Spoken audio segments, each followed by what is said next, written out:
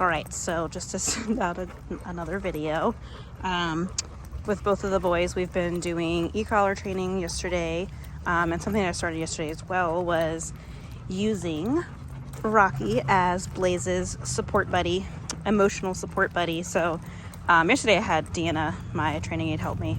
She took Rocky and I took Blaze, and we went out together. So it was definitely much more coordinated. Come on, let's go. But Rocky doesn't care about stuff in his environment, unlike Blaze, who is very overstimulated often by things going on. So it's just a nice little friend to kind of like, for him to be around a dog that's pretty neutral to environmental stimuli. Let's go.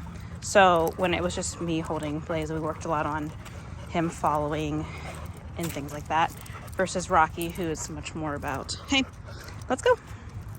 Not letting him like blow me off and go use the bathroom and sniff and do all of that stuff. Let's go. So I'm able to kind of get, he's like, I don't like the leash.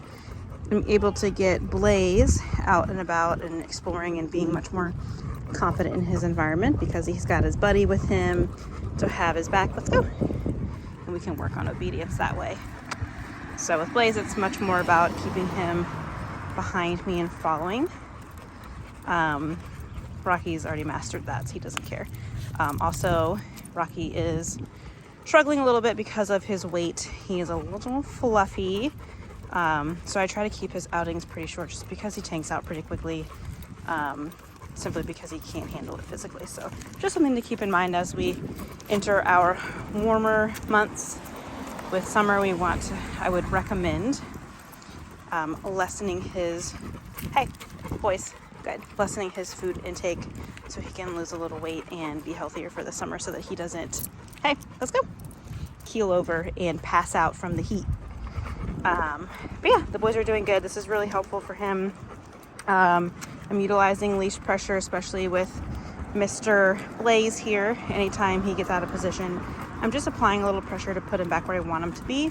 And then when he's where I want him to be, which is right here next to me, I leave him alone. And he's a little bit kind of finicky right now because the leash is all over the place in his face and he doesn't really like that. But that's something when I'm not recording that I can be a little bit better about because I have two hands then. Rocky, again, I'm just working on him not dragging me to go sniff things. I'm just not letting him sniff everything. I'll kind of use,